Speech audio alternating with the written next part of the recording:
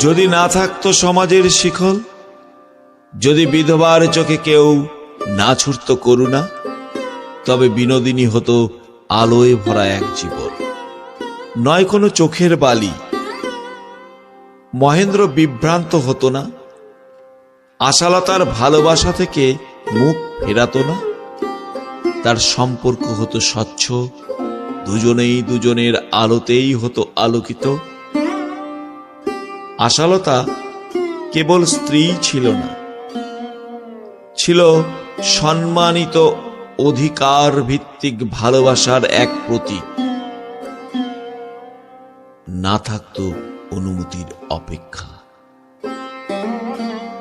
হয়তো এমনটি হতো, বিহারীর নিঃশব্দ ভালোবাসার প্রকাশের ভাষা।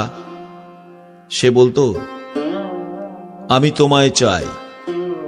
বিনোদিনীর চোখে থাকতো সম্মান, ভালোবাসা হতো অপমানহীন। চারটি জীবন, বিনোদিনী, মহেন্দ্র, আশালতা আর বিহারী, হতো চারটি চাঁদ এক আকাশে। প্রত্যেকে জ্বলছিল আলাদা আলোয়। প্রেম মানেই থাকতো না অধিকার, সম্পর্ক মানে হতো না কাঁটাতার। চোখের বালি বদলে গিয়ে হয়তো হতো আনন্দের নয়নধারা।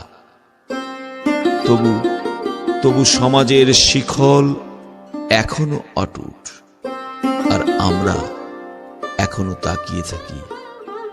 যদি কোনো একদিন সে শিকল ভাঙে,